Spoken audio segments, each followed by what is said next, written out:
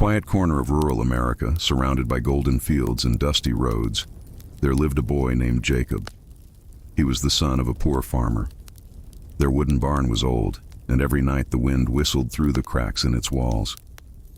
But Jacob's father always said, "This barn may be broken, but it still stands strong, like a man should." Jacob wasn't lazy, but he was restless. He wanted to change his life, to leave the small town and build something great.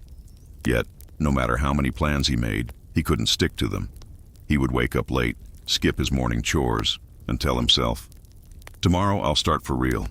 But tomorrow never came. One evening after a long day in the fields, Jacob sat outside the barn watching the sunset.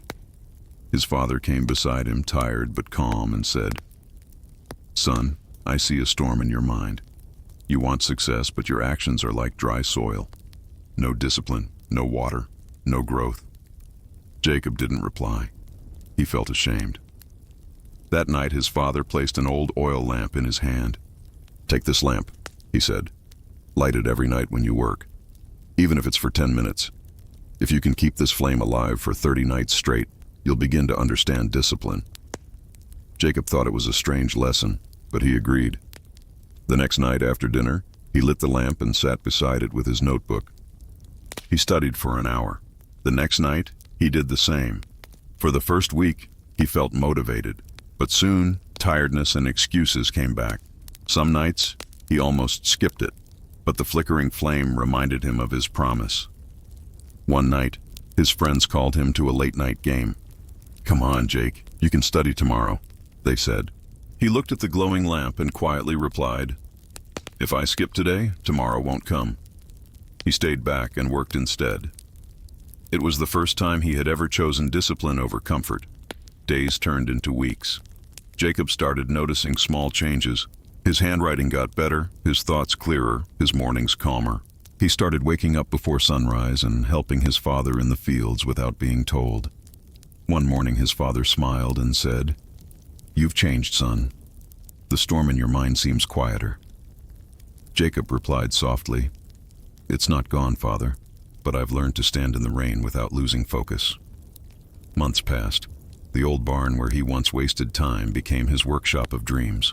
He read books there, practiced carpentry, and built small wooden toys to sell in the nearby town. Slowly, people started recognizing his talent. One day, a local craftsman offered him a job in his workshop, impressed by the fine details in Jacob's work. Years went by. Jacob's small wooden creations turned into a full furniture business. His designs were known across the state, not for luxury, but for honesty and precision. When people asked him, "What's the secret of your success?" he smiled and said, "It started with an old lamp in a broken barn. That lamp taught me something no book ever could, that discipline is not about doing big things once. It's about doing small things every day, even when no one is watching." He continued, "I used to think success was about talent or luck or big opportunities, but now I know success is quiet. It grows in silence, just like a seed under the soil. When you water it with patience and care, it finally breaks through and touches the sky." Sometimes, when the night wind blew through the barn, Jacob would still light that same old lamp, now rusted and dim, as a reminder of his journey. He would whisper to himself, "Stay focused, stay humble, keep the flame alive."